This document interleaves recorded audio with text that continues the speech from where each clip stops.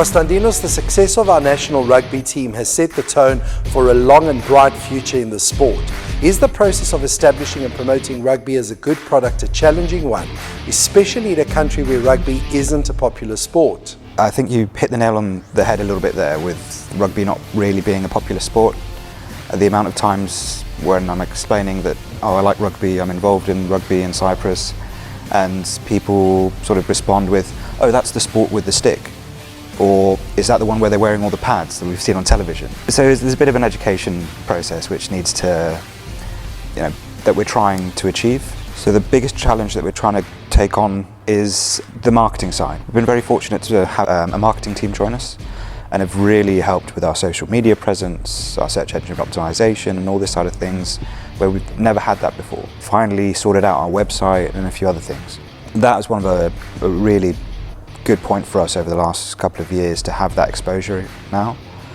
But what we really find difficult, which I'm sure all sports find difficult, is of course finances, especially after what's happened over the last couple of years where there's been a loss of interest as well in sports in general because of everybody's been locked up inside. Something that we focused on over the last few years, our relationship with GOA and GOE, the Cyprus Sports Association and Olympic Committee, to really start identifying because we are part of those associations, so we really wanted to identify what it is that they want from us. And we were very privileged to have Mr. Andreas Michailidis visit our last game, and he said some very positive and heartfelt things which made us, blow up, if you like, which was lovely. So it is nice to start seeing it being recognised from the Cypriot community. When rugby started in Cyprus initially, it was sort of run by the British bases, as well as the cricket. And then it moved over and we became a federation under COA. So Cyprus Rugby's registered office, if you like, is at the Cyprus Olympic Committee. We're a bit more budget than some of the other sports because we just want to grow it. So we don't want people paying us to coach kids and come in after school and so on. We just want to grow the sport, want to give back to the community. That's our main sort of focus. There's always a bit of banter between rugby and football, so I'm not going to say anything about football, but I've always felt that there's much more of a community family feel around a rugby environment, and to show those values and the discipline and respect that people can learn throughout rugby, they need to come and try it. And they need to not just come and do one training session, So it is an education thing, but I think once people come down and they see the family environment around Cyprus Rugby and every team across Cyprus, it's a very attractive thing. Tell us about the national team and the people who are working behind the scenes to ensure the Federation's ongoing success. As Cypriots started returning from South Africa and the UK and so on, especially South Africa, actually that's where the core of Cyprus Rugby started, actually, the Cypriot South African base. So it's all about Cypriots who've gone off to become expats and of the diaspora and so on and come back. And they started up a team, Paphos Tigers, who are still going to this day and still very strong and still winning the league very often, which pains me because I'm a Limassol Crusader at heart. They joined the British Bases team and then the British Bases were running the league. And in order for us to establish ourselves and become a federation, we had to come under GOA. And that's where Cyprus Rugby started. We made our first international team and we came under COA in order to start the league. Then Limassol was the next team to join, Limassol Crusaders. Then the Nicosia Barbarians started up, who are now the Nicosia Titans. And the newest team is the Larnaca Spartans, who just celebrated their 5-year anniversary. The Cyprus Rugby team is made up of some players who play here on Ireland. Our standard here in Cyprus is reasonable, but it's still very social. And it's very good that we do have the British bases because they do help us pick our level up, and we get a lot of touring teams come and play us to assist the growth on Ireland and the competition on Ireland, and give those better players something to strive for and focus on the international development. But the core of our player base is Cypriots of the diaspora in the UK and Scotland. We don't quite have the budget yet to look at flying players from South Africa and Australia. I think if we did, it would be amazing. We'd go up a couple of levels, but that's something that we look at in the future, maybe.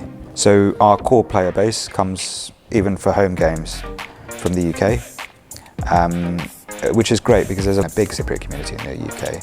So to have that contact with the Cypriot community in the UK, and we actually have committee members in the UK as well, based there to assist with the marketing efforts in the UK and the development of rugby in Cyprus in the UK as well. So it's sort of two arms to it. I give credit to a lot of the past presidents. There's Lukis, Johnny, Lavrendios. I've really followed in their footsteps. They put lots of effort and work in to get us to where we are today and give me the foundations to be able to try and take it on and hopefully do my part for Cyprus Rugby as well. What is your vision for the future of the Cyprus Rugby Federation? After one international game in November 2019, which was a win against Malta, it was our 50th game. It was a big win for us because Malta's a really good team. COVID hit, and then I've been pretty quiet, holding the reins, trying to keep us afloat. What we've always found with Cyprus Rugby is that when everybody comes together, it's more of an event, as you can imagine. You know, that it brings more buzz, more people come to watch because it's more of an all-day thing. We can intersect the senior games with youth games, and what we're trying to achieve this year for the first time is, we've achieved it already. We've already played a couple of ladies games, but want to make that more of an every tournament thing, so that ladies, youth, senior, males are all playing together on the same days and make a big event which attracts a lot of numbers and attention and excitement. We have a nice set of committee members now who are all active.